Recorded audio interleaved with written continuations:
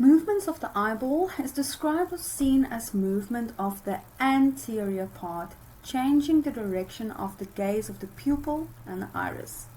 These movements are produced by 6 of the 7 extraocular or extrinsic eye muscles, which include the 4 rectus muscles.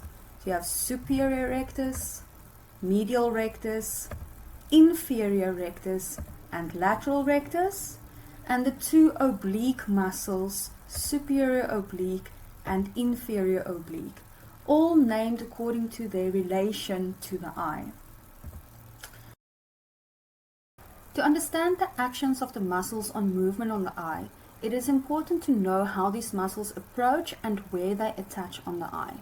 It is also important to note the axis of the orbit compared to the anterior-posterior axis of the eyeball itself. The name rectus indicates the muscles that project straight from their origin towards the eye. The 4 rectus muscles originate from the common tendinous ring at the apex of the orbit and then project anteriorly to insert anterior to the equator onto the sclera of the eyeball. The equator here is indicated by the broken line. The insertion anterior to the equator then causes contraction of these muscles to pull the anterior hemisphere in the same direction as the muscle that is contracting. So for example, with superior rectus, the muscle is contracting in a superior direction as indicated by the yellow arrow, and then the anterior half or the anterior hemisphere moves in that superior direction as indicated by the blue arrow. For the oblique muscles, superior oblique originates from the common tendinous ring, but its tendon then hooks around the trochlea before projecting back towards the eyeball. The inferior oblique muscle is the only one that does not originate from the common tendinous ring, but instead originates from the medial part of the floor of the orbit. Both of these muscles have an oblique insertion onto the eyeball posterior to the equator. This then results in contraction of the muscles to pull the posterior hemisphere moving in the direction of the contracting muscle, but the anterior hemisphere will then move in an opposite direction. So again, for example, superior oblique, the yellow arrow indicating the direction of the muscle that contracts, pulling on the posterior hemisphere, but the anterior half with the iris and the pupil moves in the opposite direction as indicated by the blue arrow. Lastly, note the angle or differences in the axes of the apex of the orbit compared to the anterior-posterior axis of the eyeball itself, or also called the optical axis. The apex of the orbit lies slightly medial to the anterior-posterior axis of the eyeball or the optical axis, and then the orbit projects laterally. Thus, the muscles like the rectus muscles do not approach the eyeball from immediately posterior of the eye, but instead approaches the eye from its medial side. Thus, when the eye is in primary position, in other words looking straight forward, the superior rectus and inferior rectus muscles have a line of pull that passes medial to that vertical or anterior posterior axis of the eyeball. Let's use this model that I made to demonstrate the movements of the eye muscles, the extraocular eye muscles. So firstly, just to orientate yourself, I put a little pink dot. The pink dot indicates the position of the lacrimal gland above the eye. Remember, it's in the superior lateral quadrant. And that will make this, if this is the superior lateral quadrant, that will make this, for purposes of this demonstration, a left eye. Right, so the eye moves around 3 axes. We have the horizontal axis around which the eye will move up and down, so that is elevation and depression. We have a vertical axis around which the eye will move medially and laterally, so that is adduction and abduction. Again, remember this will be the medial side, that is the lateral side. And then we also have an anterior posterior axis around which the eye rotates. Medial rotation and lateral rotation are also called intorsion and extorsion. So this movement is what you get when you tilt your head, because then the eyes rotate to keep focus on that horizon. Okay. Right, so for the muscles and their actions, let's start with our simpler ones, the rectus muscles. And now remember that the rectus muscles will come from behind, from the origin, the common tendinous ring, and then inserts anterior to the equator on the eyeball. So the rectus muscles pull so that the movement of the eye is in the same direction as the muscle that is contracting. So medial rectus, pulling on that anterior half of the eyeball, I will move medially, so that is adduction, and then lateral rectus will pull the eye laterally again, so that is abduction.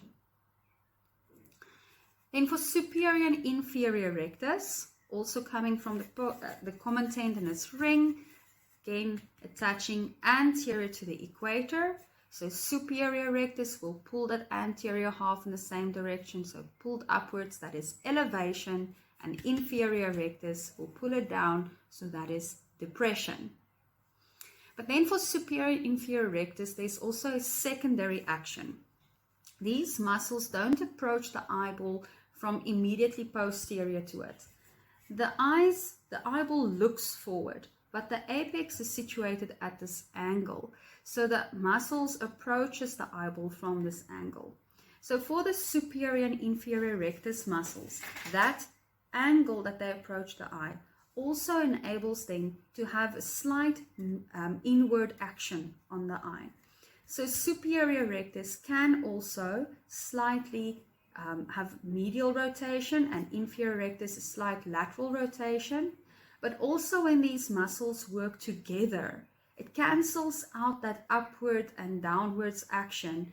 When they work together, that angle that they approach the eye also enables them to adduct the eye, pulling on the eye in that medial direction.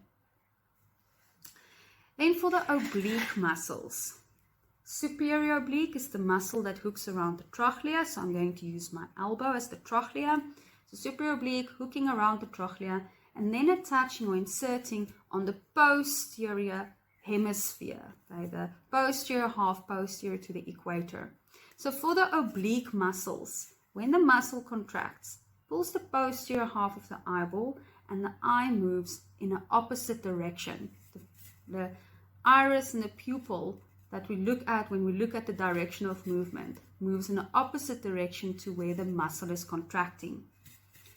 Right, so superior oblique, this angle that it approaches, look what happens to the eye when the muscle contracts, pulling the posterior half, but the anterior half moves down and out.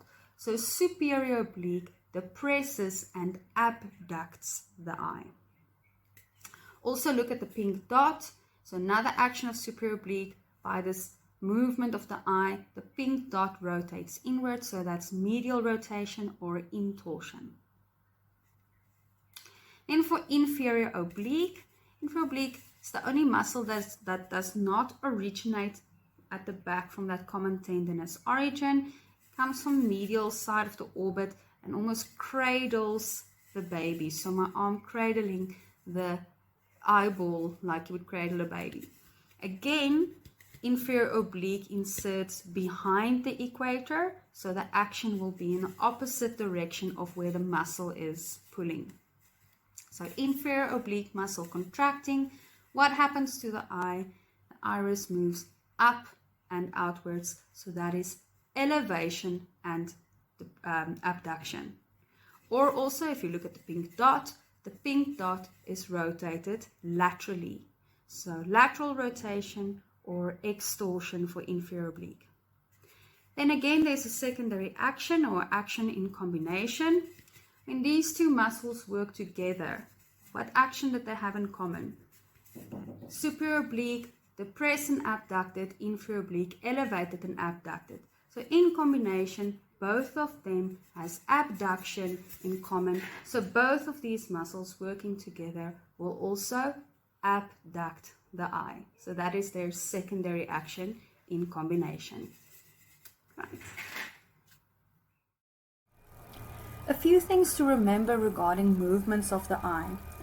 The actions were described for these muscles acting alone, starting from the primary position, in other words with the eye looking straight forward. However, these muscles rarely act independently, but mostly, almost always work together in a synergistic or antagonistic action to produce specific movements. During clinical testing of these extraocular eye function, movements have to be isolated to ensure that functioning of only one muscle is tested at a time. And lastly, to ensure that both eyes always look in the same direction, it requires a coordinated action of opposite muscles working on the two different eyes at the same time. Then lastly, remember that when your two eyes work together, it's sometimes or mostly different muscles working on the two different eyes at the same time to ensure that the eyes are looking in the same direction at the same time. So when you look up and down, it will be similar muscles for elevation and depression. But when you look laterally, horizontal gaze, if I look towards my left eye is abducted, my right eye is adducted, and then turning my gaze to the right, my right eye is abducted, but my left eye is adducted. So it's different muscles or opposite muscles for the opposite eyes to ensure that the eyes look in the same direction, and it is this well coordinated movement of the eyes. This video was partially sponsored by Dirisana Plus, an EU-funded project.